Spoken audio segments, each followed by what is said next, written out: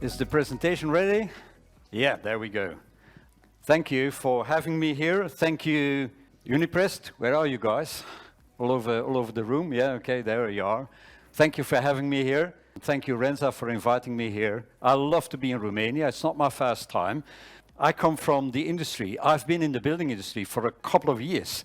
I started my career in the building industry in '88. And I only left it in 2009. So I've been in the building industry for quite a lot of time, for quite a long time. I used to run factories and production facilities and distribution channels and sales offices all over the globe in the carpet tile industry. So in the business to business. Now, if anybody knows the carpet tile industry, that's a bloody red market. There's overproduction worldwide. There is declining demand, and everybody is eating everybody, and prices are going down. So if you want to be successful in that type of industry, you need to be different than competition. And I love to be different. I don't like to be like everybody else. I like to be different. And I like to run my companies, or ran my companies, because I no longer do that, in a different way than what competition was doing. And so I focused on three things, and I want to share those three things together with you. The first is I was extremely into customer centricity. I was not interested in products. I was interested in my customers, because nobody in my industry was looking at customers. They were all looking at products and new products and new products, and they didn't think about the end user. So I became obsessed by the end user. The second is I became obsessed by technology. Because nobody was using that new technology, and I'm talking about the 90s, I'm talking about the zeros, which was the Valhalla of new technologies. And nobody was using them, so I started to use them. Not only in my sales, but also in my production. I already ran my production facility on artificial intelligence in 2003. We think that artificial intelligence is new, but it's not new at all. And third, I started, and I tried to work together with my suppliers and with my distribution channel in a completely different way. I now call it building an ecosystem that is no longer looking at each other. How can I squeeze you, and how can I maximize my profitability? But let's work together, and let's try to find out how we can maximize our value together. And that's the main reason why I'm here, because I'm a big believer that if we want to be ready for the future, all of you have to try to work together in a different way, because otherwise we're not going to be able to. You've been talking about sustainability. Sustainability by definition is something that you need to work together for, because otherwise it's not going to happen. None of your companies will be able to be really sustainable if you're not working together with other companies. No country will be able to solve the planet issue if we're not globalizing it. So we need to work together in a completely different way. Now, I said I've been in the industry for over, 25 years almost. And so I was not born a keynote speaker. I only became a keynote speaker when I sold my last company. I was a shareholder to Dorothy Hansen, and that was in 2009. I cashed quite a lot of money. I bought a farm. I started breeding horses. And I was 46 at that moment, and my wife, I've always promised my wife I would retire before I was 50. So that was it. And that went perfect for like 4 weeks. And then my wife said, "Rik, go out, please, and do something." So I started doing what I still do today, that is to talk about customer centricity, to talk about technology, and to talk about ecosystems. I've written 2 books about it. The first book is Managers the Day After Tomorrow. It's called Managers the Day After Tomorrow, but it's not about managers. I'm not interested in managers. I'm interested in customers. But if I would call it Customers the Day After Tomorrow, then managers would not buy it and not read it. So I called it Managers the Day After Tomorrow. So I made sure that managers would read it and find out it's not about managers, but it's about customers. And the second book is The Guide to the Ecosystem Economy. Because I'm a big believer that we are at the end of the economy as we've known it. If we're going to look back in 2030, 2035, 2040, we're going to realize that we are in a new type of economy, the ecosystem economy. So I've written a book for companies to be ready for that new economy. Because if it happens, then you're too late. If you make it happen, then you're part of it. That's why I've written that book. I love to inspire people about the future. That's what I do, and that's what I still do. For me, the question that I would love to kind of not answer, but make you aware of, is the most important question that you have to ask in life and in business, is how to still be relevant, you as a company, but also you as a sector, for people and society in 2035. How to still be, because you're relevant today, because otherwise you wouldn't be here. But are you still going to be relevant as your company and as your sector, as your industry in 2035? That for me is the main topic of why I'm here. And then you might look at me and say, Rik, 2035, why the heck do we have to think about 2035? We have so many daily issues, you know, stuck in supply chains. It only took one ship getting stuck somewhere in Suez to kill the whole global supply chain. And we seem to find it difficult to restart the global supply chain. And we have this war going on. Sorry, wrong side of the table. It's that side of the table. We have this war going on. And we have so many daily issues that we have to take care of. Inflation, energy, sustainability, technology, changing customer behavior. And you are talking about 2035. You know what? We have still plenty of time. We'll see what happens in 2035. And I think you make a mistake. Because I'm going to ask you a question. Who remembers the financial crisis of 2008? Everybody, come on. And you remember it like it was yesterday. But it's farther away than 2035. 2035 is closer to you than 2008. So conclusion is 2035 is around the corner.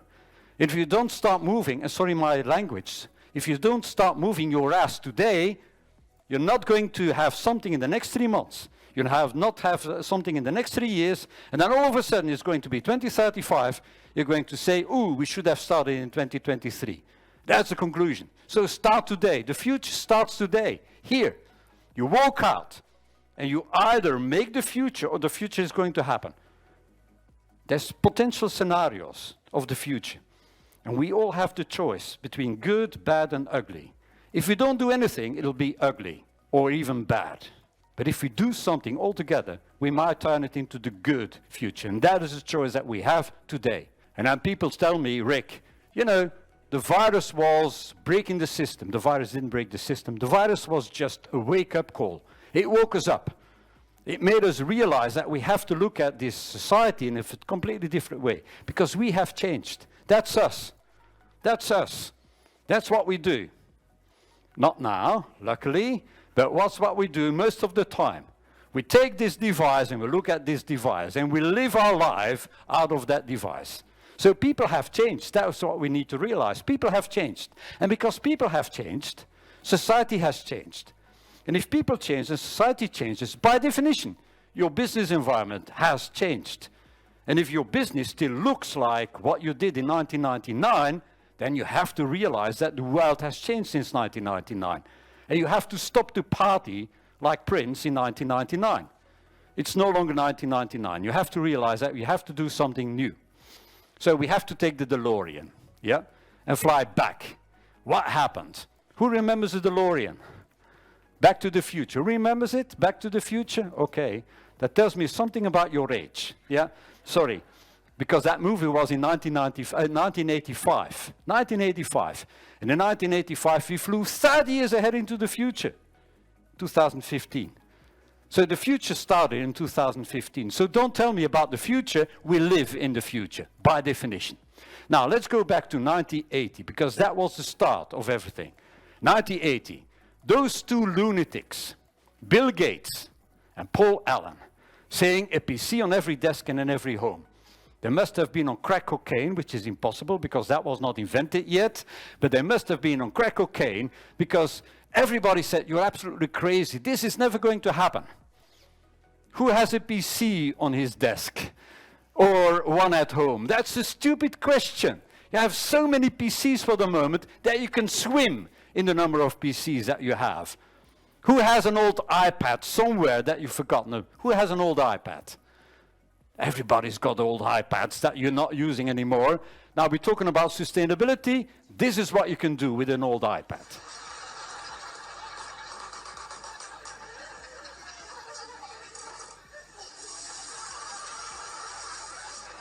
Okay, this is what you can do with an old iPad. Now, let's go to 1993. What happened in 1993? What happened in 1993? One of the most important things in human history. The internet came in our lives. Just imagine your life, your business without the internet. You can't. But internet only came in our lives in 1993. Remember this? Going on the internet. You're not going on the internet anymore. You are on the internet. Internet has become like breathing air.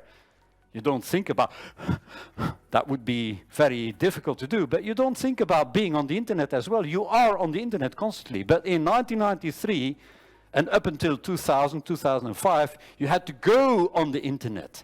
Remember, stealing your telephone line, plugging it into your modem. It costed a shitload of money to go on the internet. We've forgotten that. It took you 20 minutes if you wanted to download a document, and the rest of your family was mad at you because they could not communicate with anybody in the outside world because you were on the internet.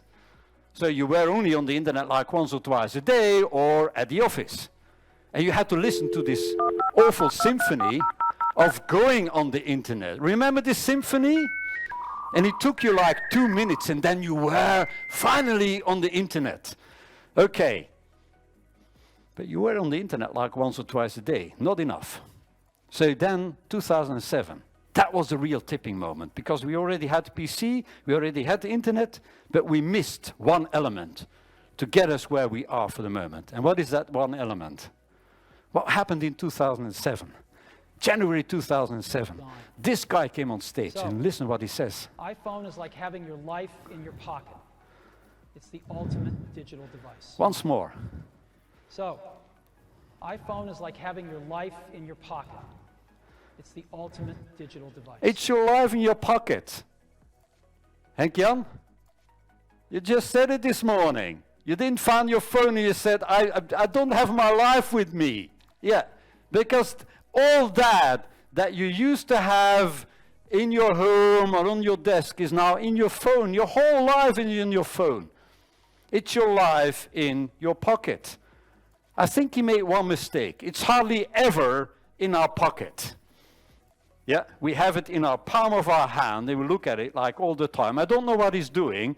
Most people think he's on Tinder looking for an alternative. I don't want to know, but this is what we are. And you might laugh at it and say, okay, but this is only the young people. Let me do a test, and this is my favorite moment. Take all your smartphones. Don't look at them, because then I'll lose you, but take your smartphones. Take them. And don't tell me you don't have a smartphone, because I don't believe you. Take your smartphones and take a deep breath, because this, what I'm going to ask you, is going to take courage. And pass your smartphone to your neighbor. Give it to your neighbor. Give your smartphone to your neighbor. See, you're not going to do that. You don't have to. You don't have to. Because you do not pass your life to your neighbor. So we all suffer from this disease. Nomophobia. Because if you give your smartphone to your neighbor, it's like, hey, here's my life. You don't do that. You want to keep your life with you. And so the biggest virus that ever came on this planet has got a name. And remember that name. Zombie virus. We've all been turned into smartphone zombies. That's what we are. Smartphone zombies. And you'd think, okay, it's only the young people. But you're wrong. It's not just the young people. This is my dad, and my dad is 84. 4 years ago, he was a solution to my problem. I suffer from a serious condition, and it's called the Gillette condition. The Gillette syndrome. As you can see, it's got nothing to do with shaving, because I hardly ever shave, but this is a Gillette syndrome. Thinking that more is better. Gillette with 19 razor blades is better than 18 razor blades, is better than 17, is better than 16. That's what we tend to believe. We tend to believe that more is better. And I tend to believe that a smartphone with one lens was not as good as a smartphone with 2 lenses, or a smartphone with 3 lenses, or a smartphone with 4 lenses. Who still has a smartphone with one lens? I saw it this morning, yeah? Yeah, losers, okay. But this is the case. So I wanted a new one. But my wife said, Rik, your old one is only 6 months old. That's a no-go. So I had to find a solution. And the solution was my dad turned 80. Say, what do? You always have the original box. I took the original box, took my old smartphone, put it in the original box, packaged it and gave it to my dad for his 80th birthday. Don't tell me I'm the only one that has done something like that. My dad opened up the package and looked at the package and looked at the smartphone and said, Rik, I'm never going to use a smartphone. I don't need a smartphone because I've got this good old Nokia. Who had a Nokia? Who thinks it's the best you've ever had? Battery life, 2 weeks. I remember traveling to China, forgetting my adapter, traveling to China for a whole week, and I still had battery power. For the moment, you have battery power for half a day, more or less. So if you really want to go memory lane, it's here. It's smaller than you thought. But the fact that I have it in the palm of my hands, it's my dad's. That means that my dad is no longer using his Nokia, because during the pandemic, he turned into a zombie. Why?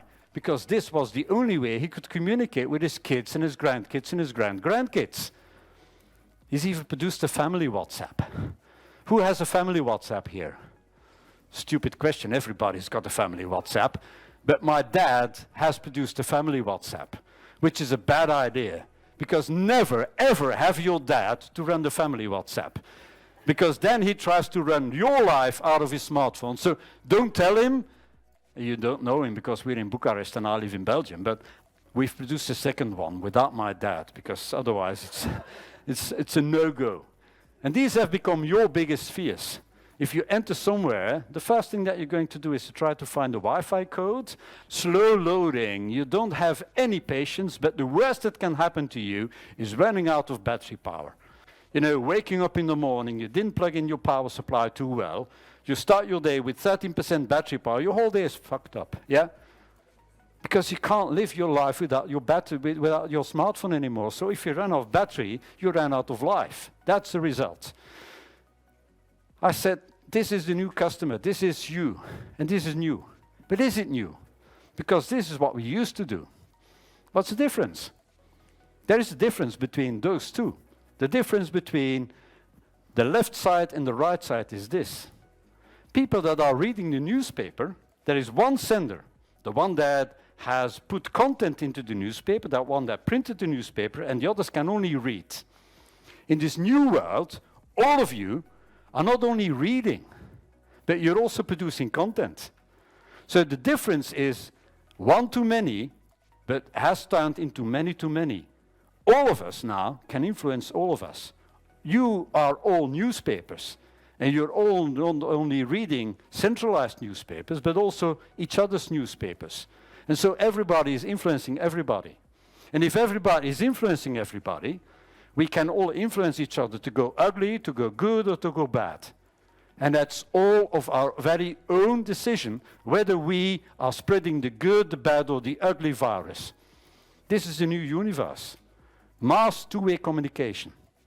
Mass one-way communication was book printing, was radio, was television. One sender, many receivers. But now we live in a world in which everybody, all of you, are senders. And all of you can influence all of you. That's a new universe. Mass two-way communication.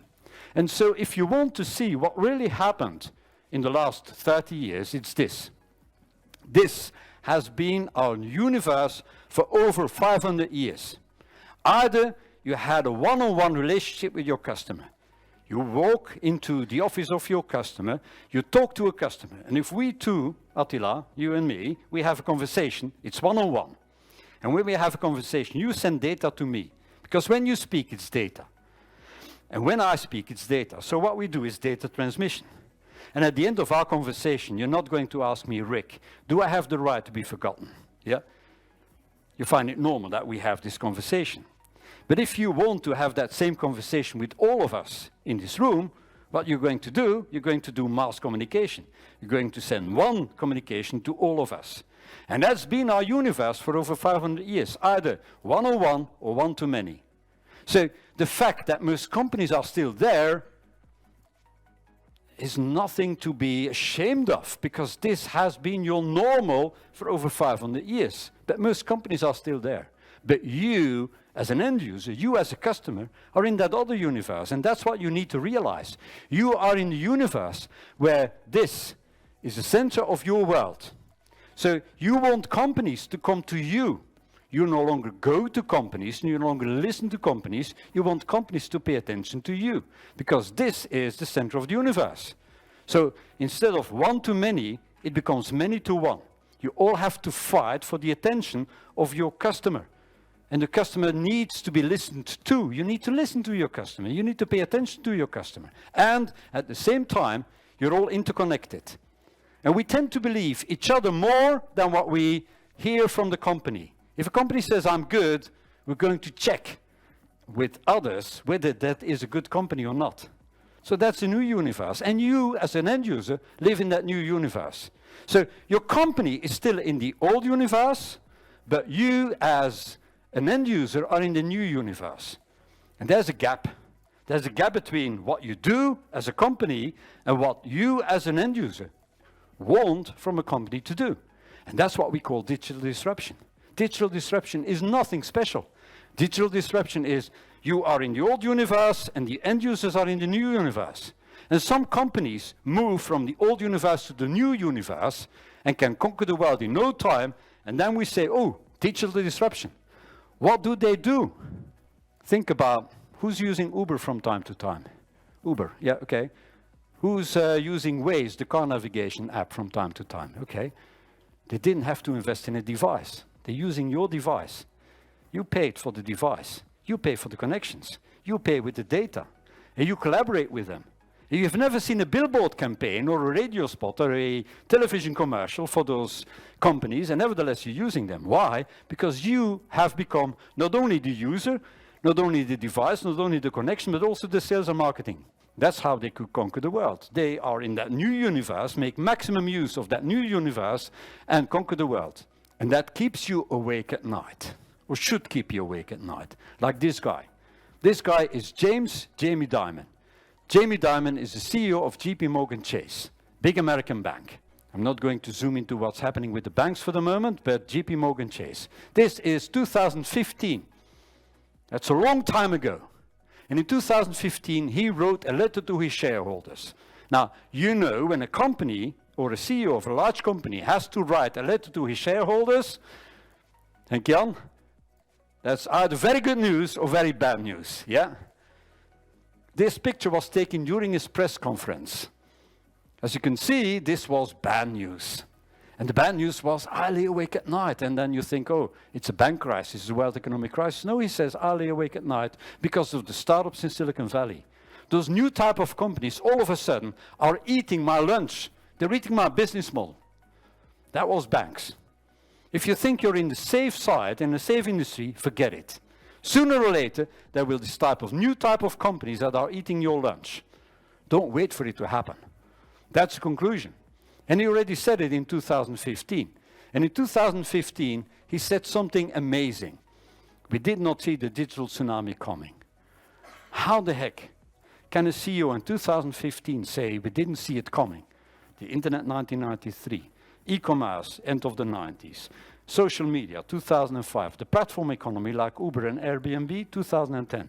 And in 2015, the best paid CEO in the United States dares to say, I didn't see the digital tsunami coming. There must be something else. Now, talking about the tsunami, okay? A tsunami happens at sea.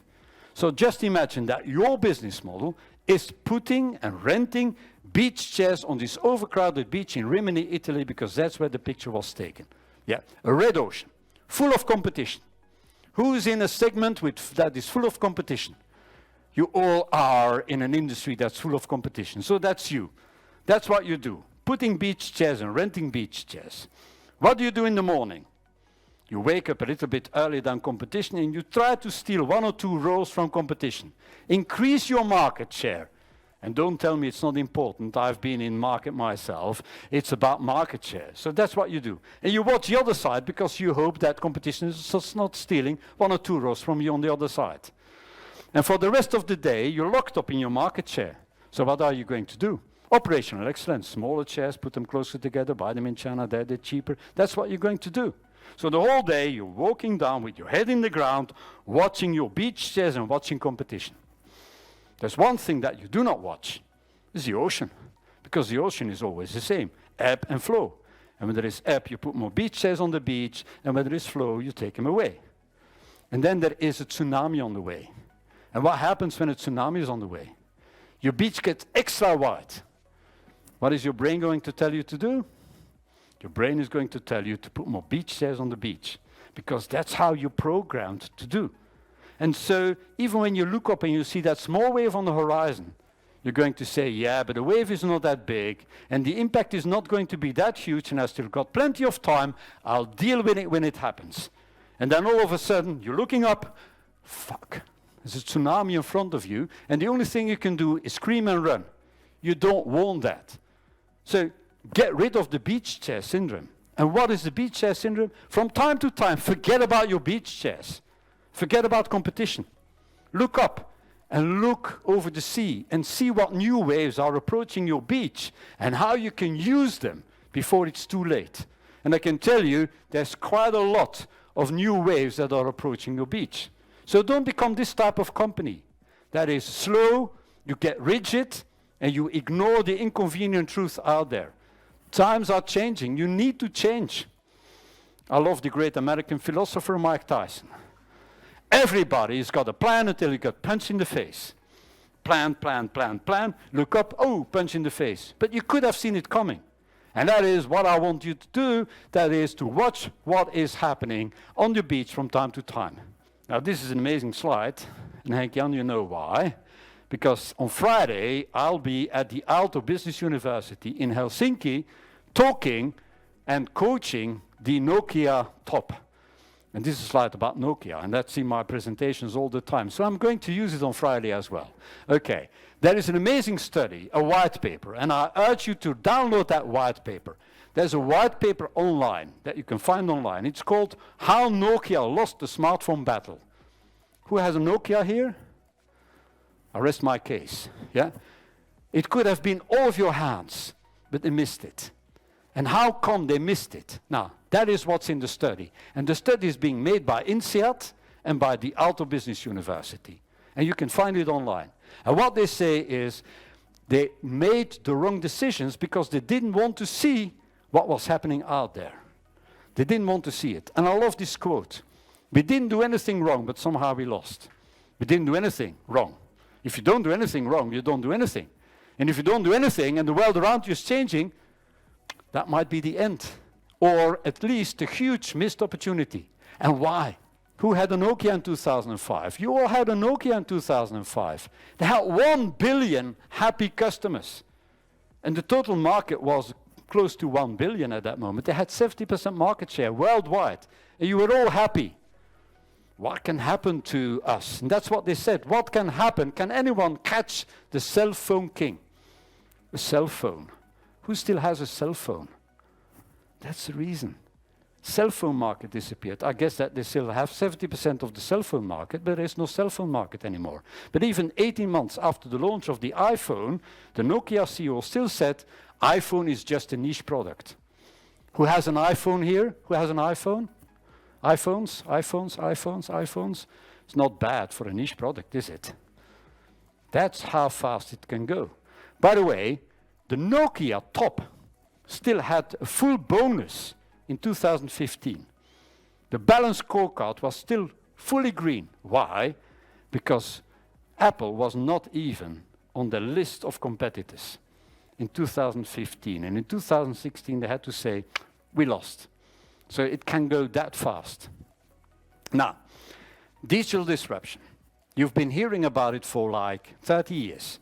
So you might say, Rik, where is it? We're still alive and kicking. So we survived it. Oof. I think this is a mistake. I think that the worst is still to come. You haven't seen anything yet. And what we are entering for the moment is not the roaring 20s. What we're entering is the twilight 20s. The zone in between a dying old normal, your old business models, your old economy is slowly fading away. It's like an old balloon that is deflating. You know, an old balloon, it gets wrinkly, and the new one is not out there yet. And that might be frightening, but also a big opportunity, because if the new world is not out there yet, you can take the pen and write your very own scripts. Now you might think, what the now it's not what you think it is. It is not what the fuck. It is, what is the future? Rik, what is the future? Can you predict the future? Yeah, I can give you 4 megatrends, because it's not difficult to do. I travel to San Francisco like 10, 15 times a year. And I was in San Francisco only 3 weeks ago, together with the top of the European energy sector. I was there with the NGs and the Shells and the BPs of this world. And we visited Silicon Valley to talk about the future of energy. Now that's your industry. So I can give you the 4 megatrends that I saw in San Francisco. And San Francisco is always like 5 to 10 years ahead of us. So if I want to see the future, I travel to San Francisco. And then I am in the future, and then I come back to Europe and I can predict the future. It's not even that difficult.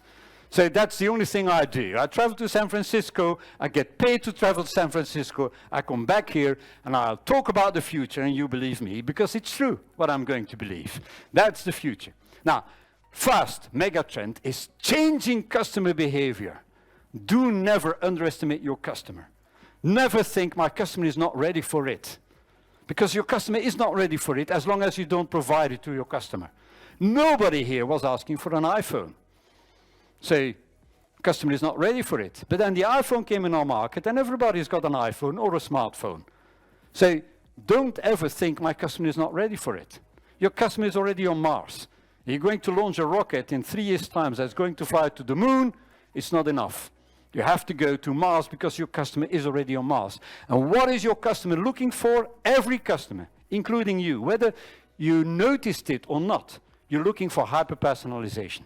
You want to be the center of the universe. You want companies to put you in the center of the universe, and you want to be in charge of your energy, of your heating, of your water. You want to be the owner of it. And you want companies to help you to be the owner of your own water, your own energy, your own heating system. You see that. People want to be having that keyboard in the hands. They want to have that dashboard and want to see the dashboard and want to be able to steer the dashboard. We're looking for hyper-personalization. That's an absolute trend. The next trend, hey, this is the topic of today, sustainability, decarbonization. It's buzzing all over. Why? Because we realize that we have this small window of opportunity to reverse what we've been doing so far. And if we don't do it, it's not going to be the end of the planet. It's going to be the end of humanity. We're not going to kill the planet. We say we kill the planet, but we're not going to kill the planet. We know that we have to stop using and abusing the planet. Still halfway through the year, we've consumed our planet, and we're stealing from the next generation. That's what we do for the moment. We have to stop that. We have to stop squeezing the planet to make a little bit of profit. So what we need to do is to change it, not because of a young girl, not because of an old guy, but because of, and Henk-Jan already said it, for our kids and our grandkids. I'm a granddad. I've got 5, almost 6 grandchildren. And I feel responsible, and I hope that you all feel responsible, not for this generation. This generation is going to survive it. Maybe the next generation. But our grandkids, if we don't do anything, I doubt it. And we have to take that responsibility. And none of you can take that on his own.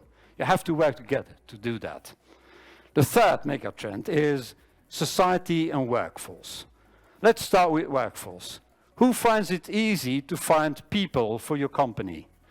Or the other way, who finds it difficult? Everybody finds it difficult. It's so difficult.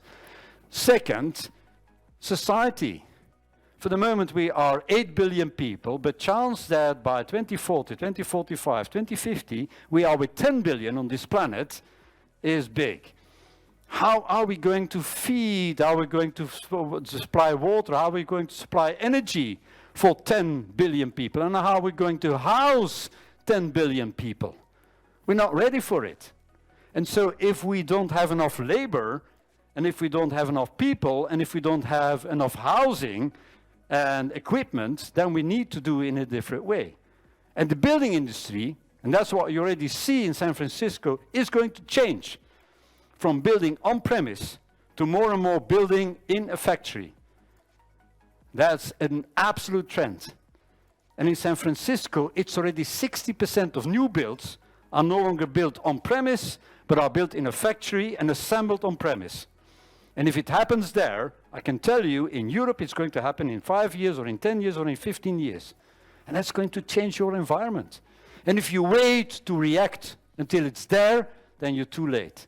So you better try to think about and work together. How can we make use of that to not only be sustainable, but also provide ourselves with a new business model? The fourth buzzword is ecosystems. And I was very happy to see that, because I've written a book about it, The Guide to the Ecosystem Economy, but it's all about ecosystems. What they say is industries, your industry, is going to be replaced by an ecosystem, because industries are melting together. Think about the automotive industry in the utility segment. A car is a battery on 4 wheels. If a car is a battery on 4 wheels, then it's a utility element, because it's a battery. If a car becomes an entertainment center, because a self-driving car is an entertainment center, then there is a blurring of industries between the automotive industry and the entertainment industry. That's why Sony and Apple are developing cars. Not to be in the car industry, but be in the entertainment industry that is on 4 wheels. So you see a blurring of industry lines, and out of that blurring of industry lines, you see ecosystems. You see everything as a service. If there's one thing that struck us in San Francisco, is everything as a service.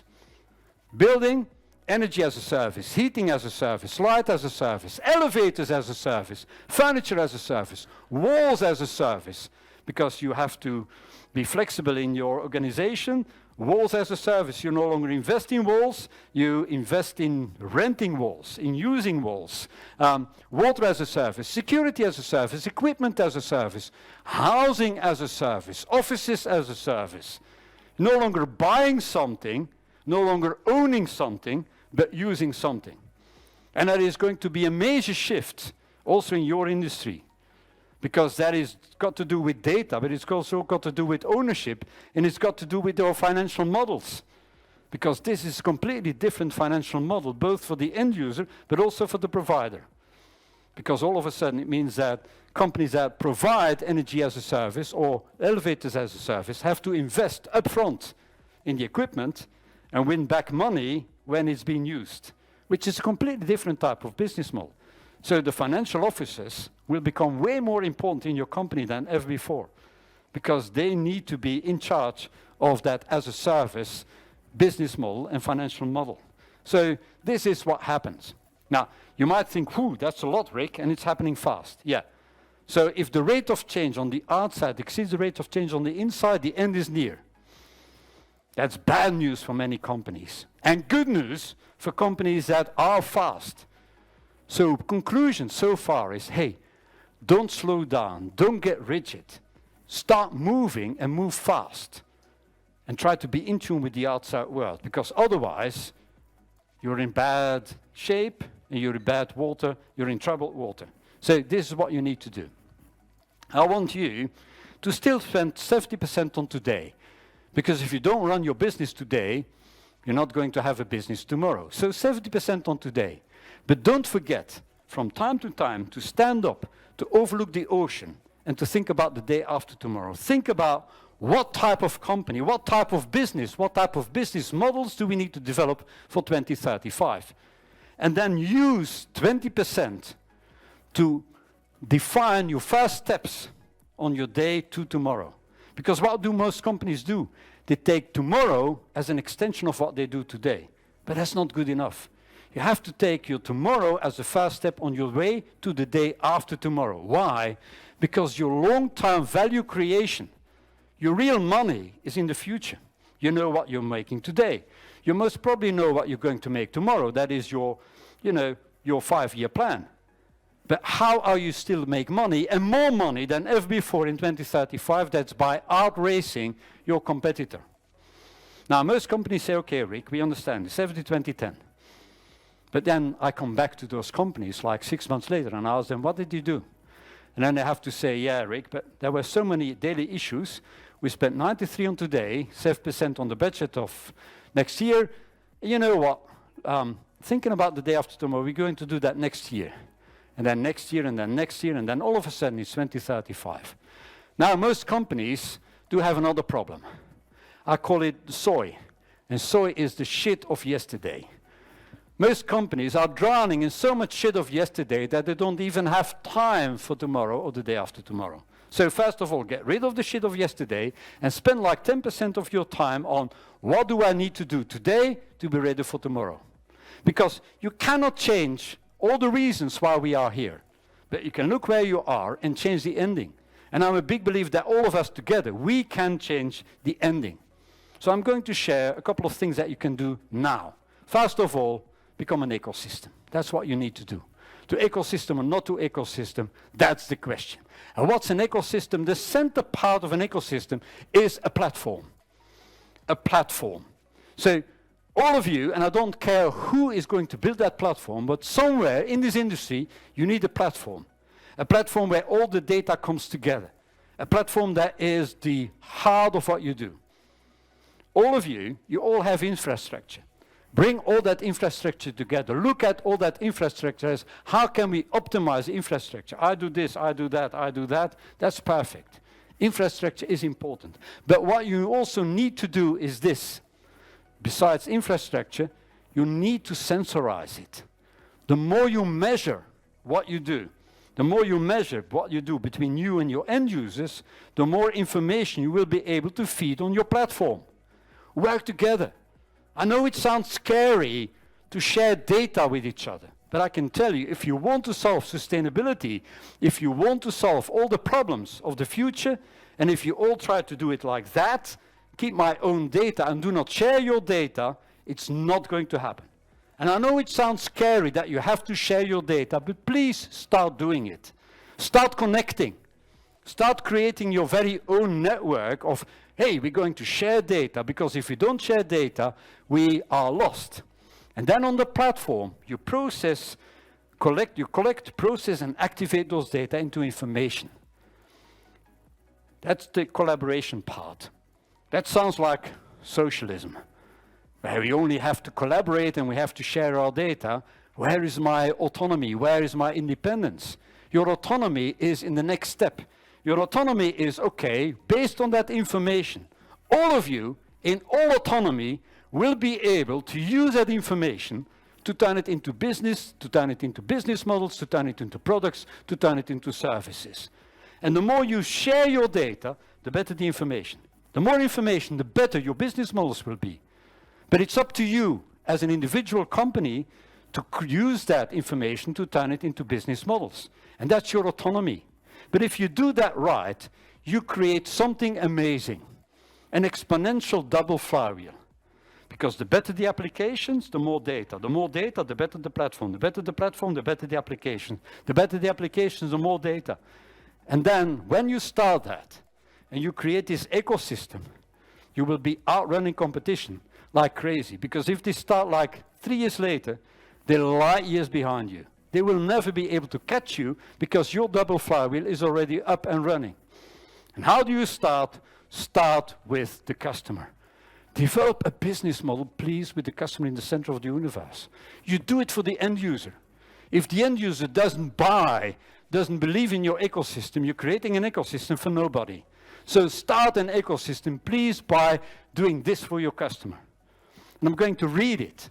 Share stuff with me, recognize me, motivate me, reward me, value me, change me, help me, inspire me, listen to me, and leave me alone when I want to be left alone. Put me in the center of the universe. Don't build the ecosystem for yourself, build it for me. I'm the end user, I'm the most important person in this room. And you're all end users, so you're all the most important person in the room as an end user. Ask the right question. And the right question is this. People will not remember what you say, what you do, but how you make them feel. You might think, yeah, but we're in in water and in heating, what has that got to do with feeling? Hey, water and heating has got a lot to do with how people feel. So ask the most important question ever. What would people miss if I was no longer there? If you have an answer to that, you don't have to be afraid. If you don't have an answer to that, you're exchangeable. You might be exchanged with another company because people will not miss you if you're no longer there. So that's the raison d'être. That's the very reason why an ecosystem is there. And never, ever fall in love with your solution. Companies have the tendency to forget about the customer because they are in love with their solution. Best example is Kodak. We all say Kodak was killed by digital. Kodak was not killed by digital. Kodak was killed by being in love with the roll film. Close your eyes, you can still smell the smell of a roll film, yeah? And if you want to remember how it was, a roll film, this is an app. It's called KD Pro. And if you have KD Pro on your phone, please, do not take the paid version. You pay $4.99. And for $4.99, it overrides, listen very carefully, it overrides all your camera apps on your phone. So the only camera app you will have on your phone is this. That means that if you want to take a picture, your picture is not on your full screen, your picture is only over there. That small screen, that's your picture. And then you click, and your picture disappears. You can't look at your picture because it's on your roll film. And then you have to wind it. Remember it, winding it? So, and then it says 23. So you have to wait until the counter says 0, and then you can look at your pictures. No. You have to wait for 4 more days because they need to be developed. You don't do that anymore. And then your pictures arrive finally after 4 days. And what do you want to do with the picture? You know, it was in the value proposition of Kodak. Share moment, share life. What do you want to do with the picture? You're not looking for a perfect picture. You're looking for a picture that you can share. And how do you share it? Digitally. But those pictures are analog pictures, so you cannot share them. So you throw it off your phone, $4.99, down the drain. Now, if you don't take the paid version, if you take the free version, you can make a choice and you can take a shortcut. So if you want to show your kids or your grandkids how it was in our time, then use this app. Who had one? One of those first digital cameras. Okay, let's face it, that was a shit product. That was crap. The first one's at 1 megapixel. The second one's at, like this one, 3.2 megapixel. If you now have a phone with 3.2 megapixel, you're a loser, yeah? But that was, we traded a perfect product, the roll film, for a completely crap product. Why? And that's the one thing that you need to remember. Do not fall in love with your solution. Always think about how can I solve the problem faster, easier, more accessible, more simple, and more tempting than competition. If you together can turn your interface with your end user into a feast, then you're there. Fast, easy, accessible, simple, and tempting.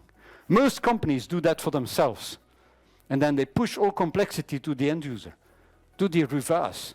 Make it simple for your end user, no matter how difficult it is for you. Because your end user is going to love you for doing that. But again, none of you will be able to do it by yourself. You need the cooperation of your suppliers, of your manufacturers, of your distribution channels, your installers. You all need to work together. Because otherwise you're going to make it complex. And don't do that, because that's a lesson learned. And how do you do that? By hunting customer frustrations. And I'm going to help you. This is McKinsey research worldwide. What do people dislike? People dislike, first of all, broken conversations. If you're a supply chain, and if I start talking to my distributor and then to my installer and then to my manufacturer, and they all speak different language, I'm confused. I'm not going to buy. I stop buying because I'm confused. So try to speak like one language, like one voice. That's the first. Second, people don't like to give. They have to give the same information more than once. I've given that information to my supplier, now I have to talk to my installer, and I have to give that same information a second time. I don't like it. Hey, people, start sharing that information because as an end user, I want you to do that. One size fits none. Don't treat me like everybody else. Treat me like an individual. And after 3 negative experiences, customers are going to look for an alternative. So avoid this bad customer experience. And what is bad customer experience? That's not meeting my customer expectations. What is boring, I expect something, I pay for it, so what? What people are looking for is just exceed my customer expectations just a little bit. Just do that little bit more than what I expect.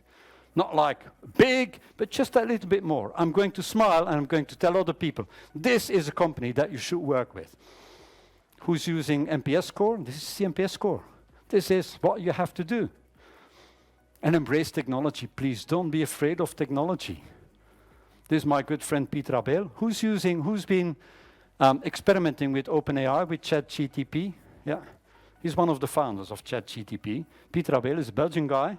He's a professor and head of the AI lab, the Artificial Intelligence Lab at Berkeley University.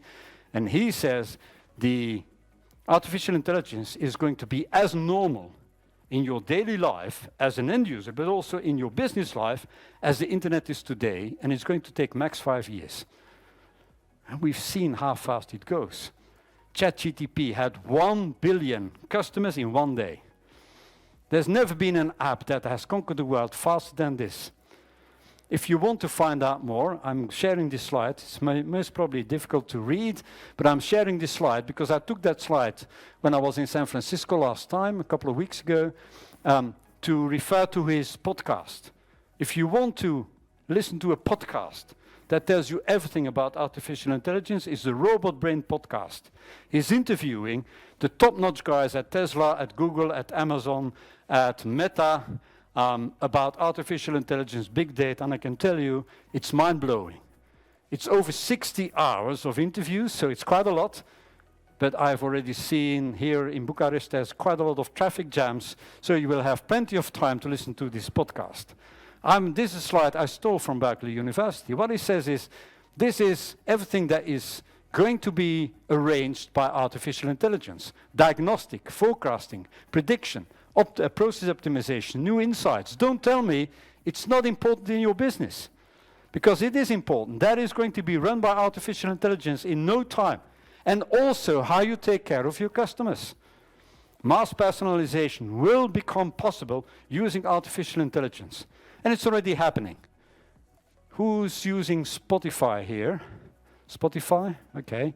Spotify is already doing it. Every time you're using Spotify, it's small data. All that small data is big data. That big data is being fed to that artificial brain that makes your music choice, and your music choice, and your music choice. So the more customers you have, connect to many, the better the artificial intelligence will be able to connect to you as an individual.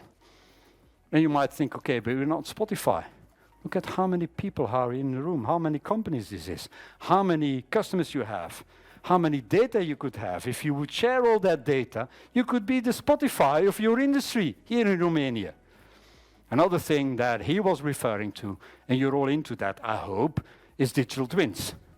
You will be able to optimize heating and water and ventilation and air conditioning in buildings without having to build the buildings. But then again, you need to share data. And engaged participants, engage people that are part of the ecosystem, because you need to create value for everybody in the ecosystem. Let's say that Unipress says, okay, we want to build an ecosystem. Do you want to participate? You're only going to participate if there's value in there for you. And the value is in actionable insights. I want to have information out of the ecosystem. And with that information, I'm going to make sure that I connect to my customers, that I can use their data, that I can use their phones, that I can use their connections, that I can use their infrastructure. Because if people participate, I get access to their devices, I get access to their data, I get access to them. And they don't feel like me, a company, but they feel part of what we are doing. They will feel part of the ecosystem. Data, data, data. Everything that you do is data. You're all hearing, data is the new gold. Data is the new oil. Data is the new electricity. Do you collect data? Is data part of your P&L? At the end of the day, you're going to count how much money that you've made at the end of the week, at the end of a quarter, at the end of the year. But is your next gold already in your P&L? Do you already measure how much data you're collecting? I can tell you all the companies that we visited in San Francisco do have a new line in the P&L, data, because it's future money. And if you start collecting data today, you can collect data free of charge, because everything that you do inside of the organization or inside, in between you, or with you, in between you and the end user, is data, free of charge. But if you don't start to collect it and share it, it leads to nothing. So at the end of the day, it's not only about how much money did we make, but also how much data have we collected and how much data have we been sharing. Right. Very important slide. If you really want to survive in this new world, show your heart. Because otherwise, people will not give you access to their data. So be honest, be ethical, be authentic.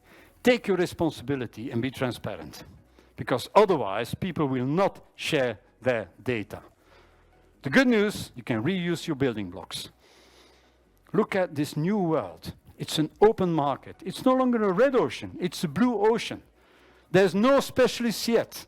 Nobody in the industry. You can ask me, who's already doing it in the industry? Nobody. You might say, so we don't have to do it. I say, so you have to do it. Because it's an open market. The fast mover is going to be the winner. So there is no specialist yet. It's full of low-hanging fruit. It's easy and it's free of charge. And the entry costs, because it's only about data that you can collect free of charge, are limited. So this is a wet dream for every entrepreneur.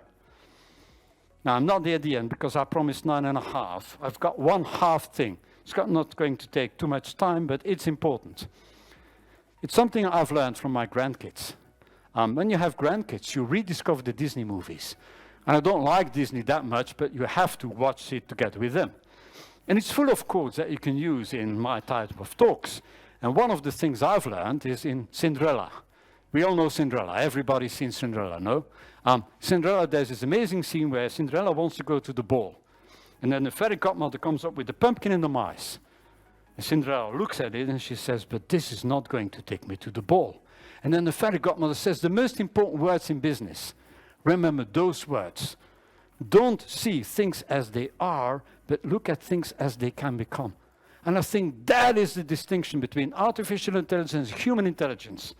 We are capable of looking at things, combining it, be creative, and creating something new with it. And that's what we need to do. We all have the building blocks. I don't say throw them away, reuse them, but look at them as, hey, what can I do with it using that new technologies out there and new waves out there? You need one magic trick. Now you might look at me and say, Rik, this is a business talk and you're talking about magic. Yeah, I'm talking about magic because the magic trick is this, curiosity. You need to be more curious. Most business people are not curious enough anymore. And what is curiosity? Curiosity is what happens to me when I go shop with my wife on a Saturday afternoon.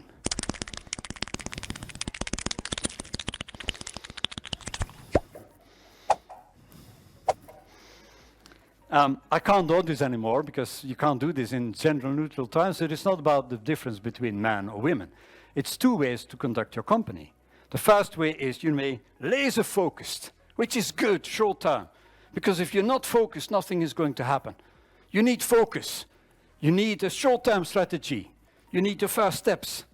But if you only do that, you're going to miss the next big opportunity, the next big threat. You're going to end like Kodak. You're going to end like Nokia. So I do a plea for way more curiosity in your organization. So my homework for all of you is to think about the new KPI, a key performance indicator, the net curiosity score. How curious are you as an organization? Because if you're not going to be curious for the next 10 to 15 years, you're not going to spot the next big opportunity. So from time to time, forget about your beach chairs, stand up, look around you, go out, talk to people, talk to end users, look at your kids, look at your grandkids, be inspired by them, and be curious. Because they are going to tell you, and the outside world is going to tell you exactly what you need to do to survive this. And so that the end is just the beginning. And I hope that I'm at the end of my speech, but I hope that for all of you, this is just the beginning. The beginning of you taking the pen together, and together look at how can we start writing, not the future, but our very own future. And whether it's Romania or not, I mean, it was already said, I've been doing business here. We had a sales office here. And it was my fastest growing country worldwide. I've always loved the spirit that you have here. You're not sitting and waiting, you're doing something. But now let's do it together. And then you can conquer not only Romania, but you can conquer the world. So thank you extremely much.